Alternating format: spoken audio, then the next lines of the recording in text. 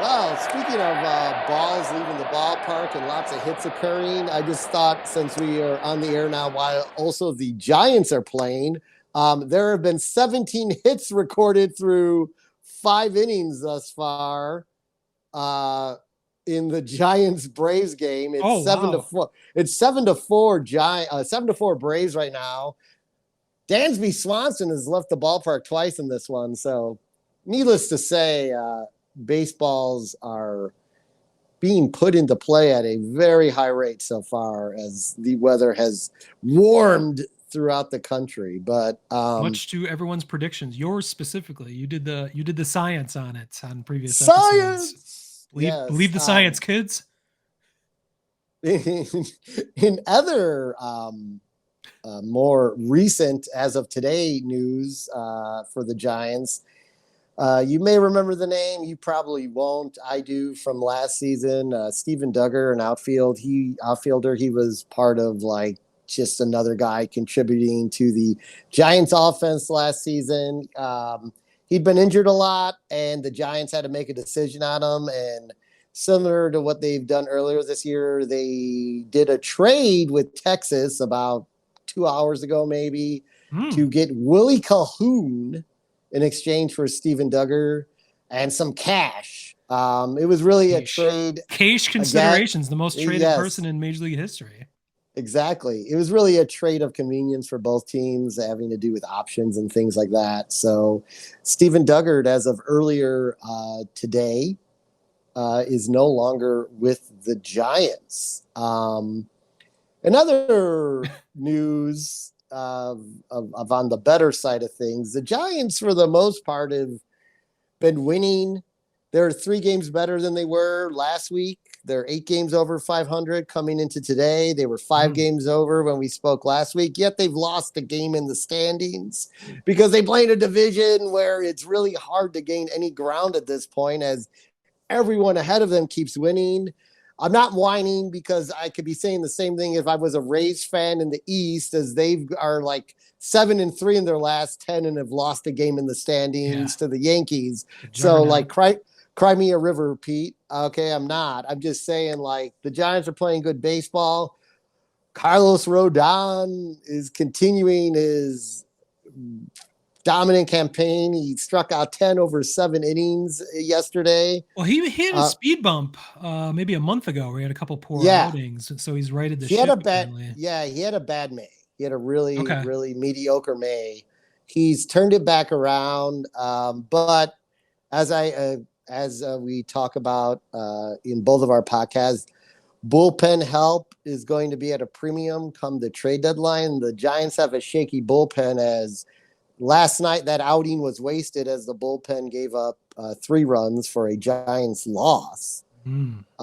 to Atlanta. So I just don't know for the Giants. Like, it would seem right now, even though they are handling LA so far head to head pretty Yeah. well.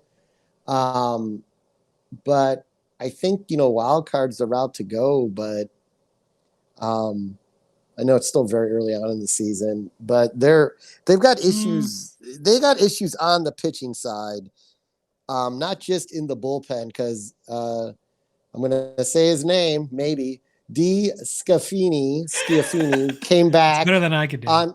on Tuesday.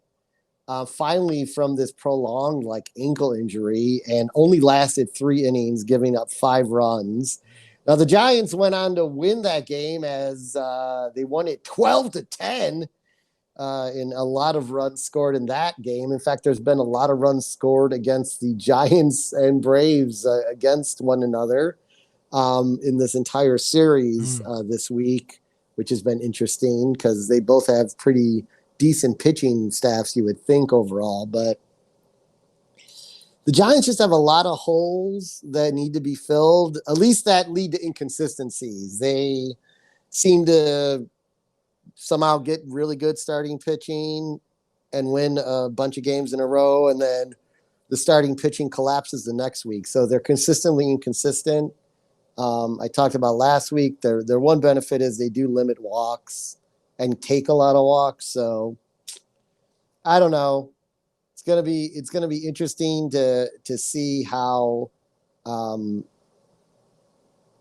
they tried to take advantage of something that you brought up to me earlier today, Smitty. Was I mean, the Dodgers just lost Mookie Betts, and Yeah, the I was going to bring Padres that up. lost Machado.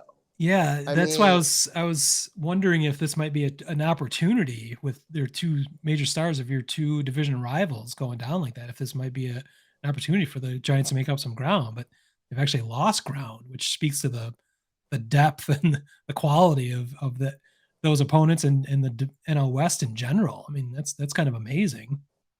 yeah, it's crazy. They lost the game over this 7-3 run they've been on, and Mookie has cracked ribs from a collision that didn't look very serious to me at all. They were kind of laughing about it afterwards, and I remember thinking, "Oh, that could have been bad, but it looks fine." And now he's out. I don't know how long Mookie's out. Is it? I thought I heard 3 weeks, but I could be wrong about that. yeah, that's what I think. He went on the 15 IL, I think, not the Okay. 10. Okay. So Then Machado, I haven't seen an update at all, except for Bob Nightingale, our favorite. After it came, mm, he said he's out several weeks.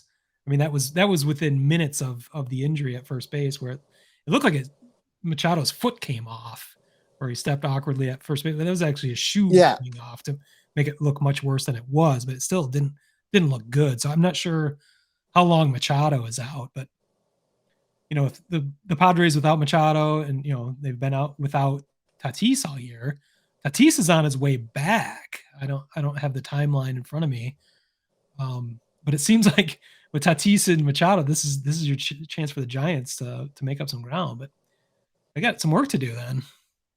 yeah, we shall see. Well, they're not making right now. They're not going to make up any ground today because they're losing 7-4. Thanks.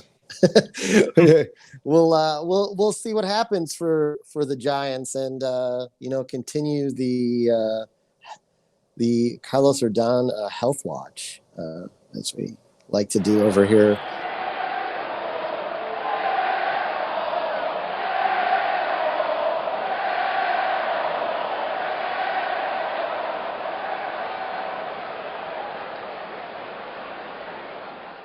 Word Hole Media.